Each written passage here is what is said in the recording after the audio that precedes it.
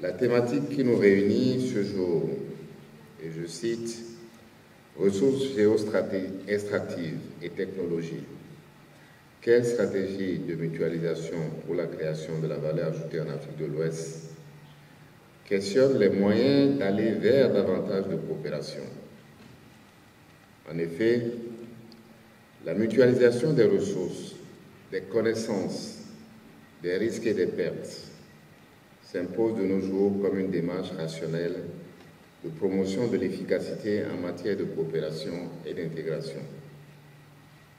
Il n'y a donc nul doute qu'en unissant nos forces et en mutualisant nos ressources, nous pouvons libérer tout le potentiel de nos richesses naturelles et transformer nos économies pour le bien-être de nos populations.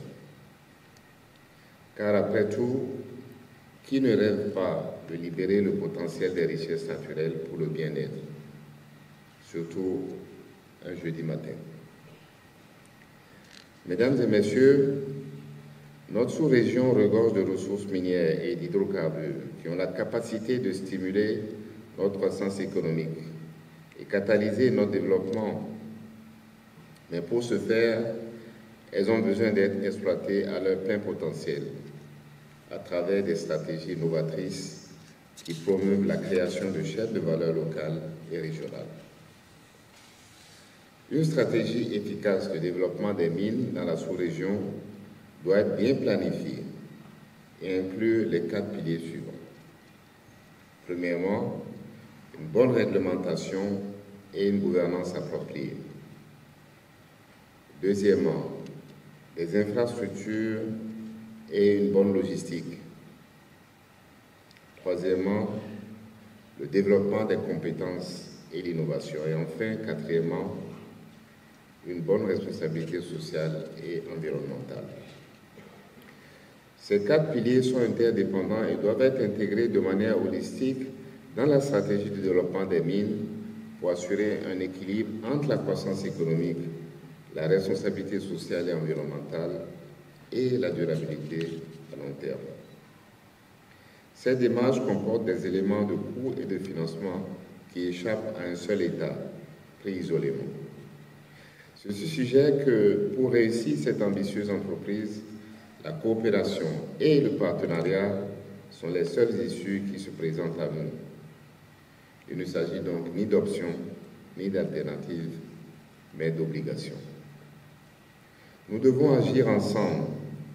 La mutualisation se présente ainsi comme une opportunité pour surmonter les défis qui se dressent devant nous et créer un environnement propice à l'investissement et à la croissance économique.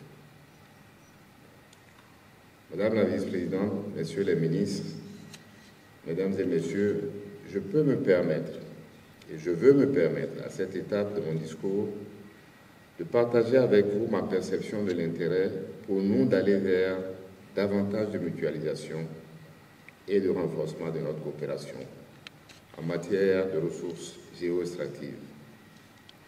5 centres d'intérêt me paraissent évidents. Premièrement, d'abord une amélioration de la capacité de négociation. Nos pays sont souvent confrontés à des sociétés multinationales puissantes lorsqu'ils négocient des contrats d'exploitation des ressources naturelles. En mutualisant nos ressources et en formant des alliances régionales, nous pouvons améliorer notre capacité de négociation et obtenir de meilleures conditions d'exploitation de nos ressources. Deuxièmement, ensuite, la réduction des coûts d'exploitation.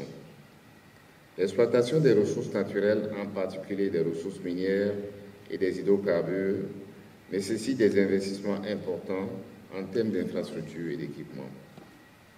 En mutualisant nos ressources, nous pouvons partager les coûts d'exploitation et réaliser ainsi des économies d'échelle parfois très importantes. Troisièmement, le partage des risques.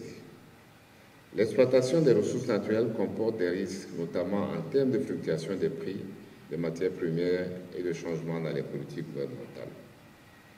En mutualisant nos ressources, nous pouvons réduire ces risques en partageant les coûts et les bénéfices de l'exploitation de ces ressources. Quatrièmement, la promotion du développement régional. La mutualisation des ressources peut également contribuer au développement régional en favorisant l'investissement dans les infrastructures et en encourageant la croissance économique dans les régions où se trouvent les ressources naturelles. Et enfin, cinquièmement, le renforcement de la coopération régionale, de l'intégration régionale donc.